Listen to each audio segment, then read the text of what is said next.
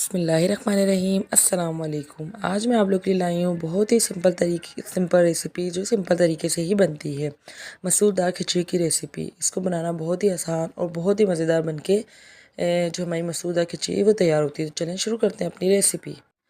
यहाँ पे मैंने आधा किलो चावल, आधा पाव मूंग दाल और आधा पाव मसूर दाल को अच्छी तरह वॉश करने के बाद 15 मिनट के लिए भिगो दिया था। साथ ही मैंने यहाँ पे एक पतीला लिया है और उसमें आधा कप मैं ऑयल ऐड कर दूँगी। और जैसे ही हमारा ऑयल अच्छे से गर्म हो जाएगा, साथ ही में इसके अंदर हाफ़ टी स्पून ज़ीरा है और 3 से 4 अदद साबुत लाल गोल मिर्च है, जिनको मैंने बीच में से तोड़ लिया था। उसको मैं फ्राई कर लूँगी। और एक अदद मैंने यहाँ बारीक प्याज को स्लाइस कर लिया है, वो भी आप इसके अंदर ऐड कर दीजिएगा। उसको भी आप मज़ीद 1-2 मिनट तक फ्राई कर लीजिएगा।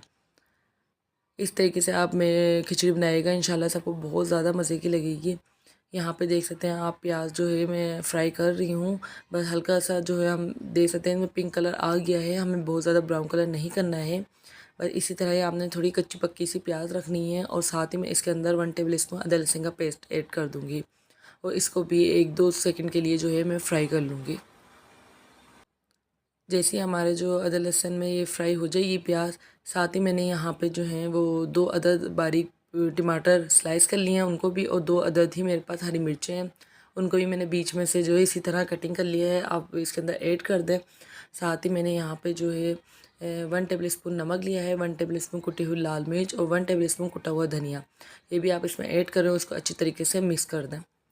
देख सकते हैं आप कितनी ही झटपट बन के जो है हमारी खिचड़ी तैयार हो जाएगी। बहुत ज़्यादा इंग्रेडिएंट नहीं डलेंगे इसमें। साथ ही मैंने इसमें थोड़ा सा पानी भी ऐड कर दिया था ताकि हमारे टमाटर जो है वो अच्छे से सॉफ्ट हो जाए। आप देख सकते हैं हमारे टमाटर भी जो है काफ़ी अच्छे से सॉफ्ट हो गए हैं।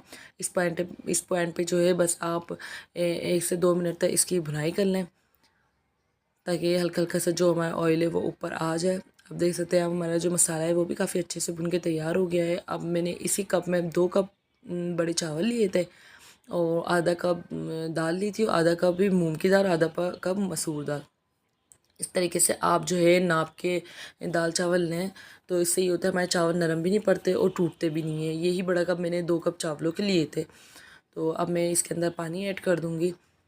नाप के आपने अगर 2 कप चावल लिए तो आप 4 कप पानी डाल दें, और अगर आप आधे से 1 घंटा भिगो देते हैं तो आधा कप पानी कम भी कर सकते हैं या 1 कप पानी।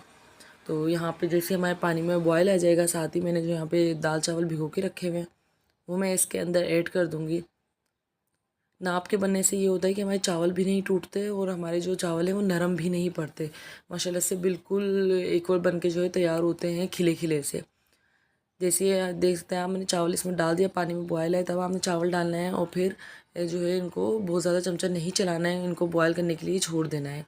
चावल जो है हमारे अच्छे से जो है फुल आंच पे पकते रहेंगे। अब आप देखें हमारे चावलों का पानी जो है वो खुश्क हो गया है। आपने जो है इस तरह से जो है आपने चमचा चलाना होता है हमेशा चावलों में, इससे चावल टूटते नहीं हैं और बहुत ज़्यादा भी चमचा नहीं चलता। अब मैंने इसको दम दिया है और अब आप देख सकते हैं कितनी ही मज़ेदार सी हमारी झटपट से बनने वाली खिचड़ी तैयार है। तो कैसी लगी आपको रेसिपी मुझे ज़रूर बताइएगा। मेरे चैनल को सब्सक्राइब करें, लाइक करें। तब तक के लिए मुझे दीजिए इजाज़त। अल्लाह हाफिज़।